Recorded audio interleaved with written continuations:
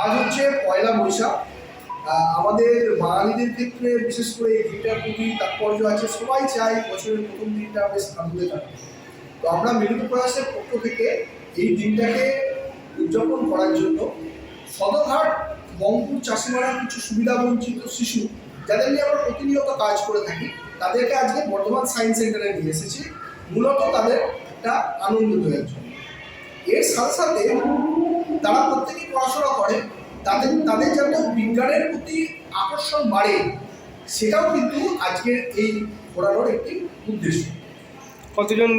আজকে এখনো এখানে আমাদের 20 জন শিশু রয়েছে, তার মধ্যে 12 জনের মতো মেয়ে রয়েছে এবং 8 জন ছেলে রয়েছে। তাদেরকে আমরা সকালবেলায় টোটো করে বঙ্কুর চাষিমারা থেকে এখানে নিয়ে এসেছি বর্ধমান সায়েন্স সেন্টারে। এবং বর্ধমান সায়েন্স সেন্টারের যিনি আধিকারিক আছেন সায়েন্টিফিক অফিসার নিখিলেশ বাবু, উনিও এই ব্যাপারটা ভীষণ অ্যাপ্রিসিয়েট করেছেন। উনিও খুব খুশি যে আমরা এরকম ধরনের বাচ্চাদেরকে আজকে সায়েন্স সেন্টারে নিয়ে এসেছি ভিজিটের জন্য। এবং এরপরে ওরা পুরো ঘুরছে এবং বিভিন্ন রকম যে শোগুলো আছে, যেমন টিভি শো, তারামণ্ডল শো, এগুলোতে দেখানো হচ্ছে। তারপরে দুপুরে ওদেরকে লাঞ্চ করিয়ে আবার আমরা রেডি করে দেবো। সারা বছর আপনারা নানা রকম কর্মসূচির মধ্যে রয়েছেন, এই নিয়ে কি বল? সারা বছর আমাদের অ্যাকচুয়ালি কাজটাই হচ্ছে, আমাদের ট্যাগলাইনই হচ্ছে গান নয় মানুষের পাশে দাঁড়ানো।